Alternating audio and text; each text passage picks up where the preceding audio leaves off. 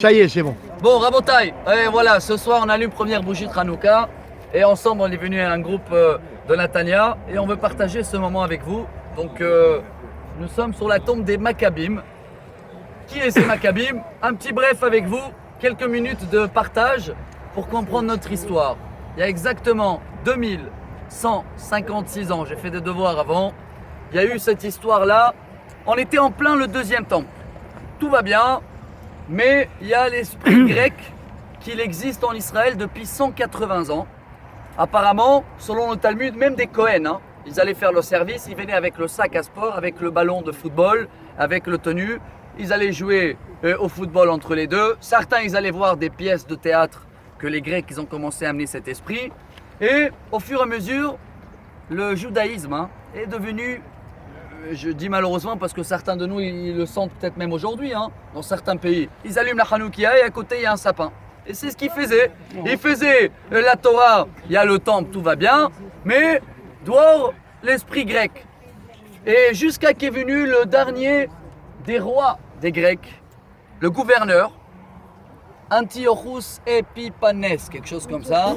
Et lui il était vraiment méchant. Lui il a demandé de faire des décrets sur Israël, d'annuler les 3 bases de judaïsme, plus de Rosh Chodesh, donc plus de calendrier, et on ne sait plus quand il tombe Shabbat, et également pas de Brit Mila, et dans ce cas-là, quand il n'y a plus Shabbat, il n'y a plus de calendrier, il n'y a plus de Brit Mila, le peuple juif, et il n'aurait pas tenu.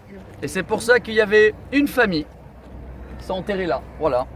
Le premier c'était Matitya ou Ben Yohanan Kohen Gadol. Ils ont habité juste à côté, dans la ville qui s'appelle Modi'in, et un petit village à côté qui s'appelle Hashmonaim. De là vient aussi le nom Hashmonaim. Bon, il y en a qui disent que Hashmonaim c'est aussi Hashman. Et lui il a dit clac. C'est quoi clac? Ça suffit. Là on peut pas. Ils veulent dire ce qu'ils veulent les Grecs. Ils sont là depuis 180 ans. Mais le jour où ils ont réuni tout le monde, ils ont demandé de se prosterner devant une tête de cochon et de le sacrifier. Il s'est levé avec le couteau. Il a poignardé le gouverneur, je crois qu'il s'appelait Lysias, quelque chose comme ça. Et depuis ce jour-là, il a annoncé une phrase. Retenez-la bien cette phrase. Mi kamocha ba'elim Hashem. C'est une phrase de la Torah dans la Shira. Qui est pour Dieu qui vient avec moi? Et ça, c'est les initiales de Maccabi. Quand vous prenez le mot Maccabi, c'est même Mi kamocha ba'elim Hashem. Ses enfants, il avait 5 enfants. Yehuda, qui a repris la relève après lui. Yehuda Maccabi. Après il y avait Shimon. Après il y avait Elazar qui est décédé dans le premier guerre contre les Grecs. Il y a un éléphant qui est tombé sur lui. Et il y avait encore 2, Yohanan et Jonathan. Bravo. Et chers amis, ils sont passés sur une période de guerre, mais ils ont pu nettoyer tout l'esprit grec qu'il y a eu dans le pays. Je vous dis la vérité, je ne sais pas si on a encore le temps. Ça a duré combien de temps?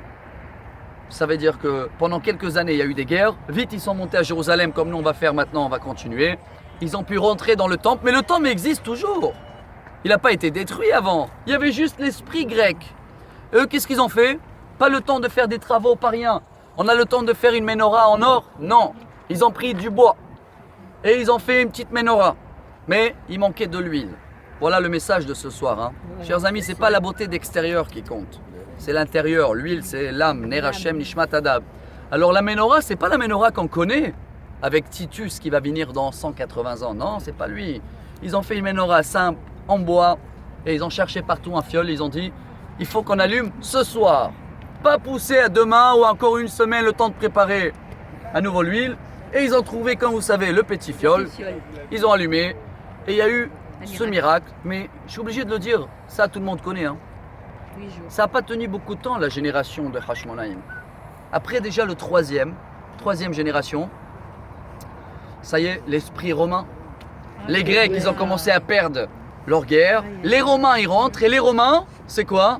C'est pas que les théâtres et la philosophie et le maths. Là, c'est même la beauté extérieure, la belle architecture. Et il faut commencer à construire des beaux bâtiments. Ce qui veut dire que Hanouka, voilà le grand message. C'était une petite lumière qu'elle a pu pousser beaucoup d'obscurité, mais qu'il est revenu cette obscurité. Et à la fin, le deuxième temple a été détruit, non pas à Hanouka, 206 ans après le miracle de Hanouka. Ce qui veut dire pour nous, chers amis. Et voilà, retenez bien. Pendant 103 ans, la famille de Maccabi était là. Mais ça ne veut pas dire que pendant 103 ans, nous, le peuple, on était à fond avec Dieu. Au début, oui, Hanouka, ouais, lumière, allez, on se reforce. Mais après, tellement l'obscurité, technologie, cinéma, théâtre, tout ce qu'on connaît qui existe aussi aujourd'hui, j'ai l'impression qu'on vit la même histoire. C'est vrai, je ne vous cache pas, hein. C'est plus comme avant d'être noir ou blanc. On ne peut pas devenir comme Maccabi maintenant. On arrête tout. On ne peut pas. Vous voyez bien qu'on est en train de filmer avec un téléphone quand même. Et donc quelqu'un qui utilise le téléphone, et Khazak en plus, M. Malé me dit je ne peux pas le tenir trop longtemps là. Hein. Alors, chers amis, sachez qu'on n'a pas besoin d'être ou noir ou blanc. On arrête tout demain. Pas du tout. Comme dit le Rabbi, on utilise ce qu'il y a comme matériel de hall pour diffuser avec la Torah les messages. Et ça suffit d'allumer une petite bougie. Et une petite bougie, ce soir, hein, va éclairer et va enlever toute l'obscurité. Mais pour cela, on termine avec le message unique, Rabotai. Si on veut que cette petite bougie éclaire, et ben tous les soucis qu'on a, tout ce qui peut nous faire obscurité, ce soir, on les oublie. Pendant une demi-heure, on se met devant la bougie, on se rappelle de cette histoire des Maccabim qu'ils ont pu virer tout un esprit de Grecs, les sortir d'Israël complètement. Ça a tenu la route pendant pas mal d'années. Et nous, ces petites bougies qui existent depuis 70 ans maintenant, qu'on est retourné, c'est un rêve. On termine avec le Teilim 126. Shir Ma'alot, Beshuv Adonai et Shivat Sion, Ainu Kecholmim. Quand on va retourner sur la terre Sion, c'est un rêve. Les rêves, ils se réalisent, Rabotai. Les bonnes rêves, ça n'existe pas des mauvaises rêves. Mais venez, on laisse la place au miracle. Ça veut dire quoi? Ces petites bougies, on y croit qu'elle peut enlever toute l'obscurité autour de nous dans notre vie. Et si on y croit, vous allez voir, ce soir, c'est une petite lumière. Demain, 2, après-demain, 3, jusqu'à une lumière qu'elle va amener Mashiach. Bonne journée et bravo à tous d'être là. Beruchim Tihou. Amen.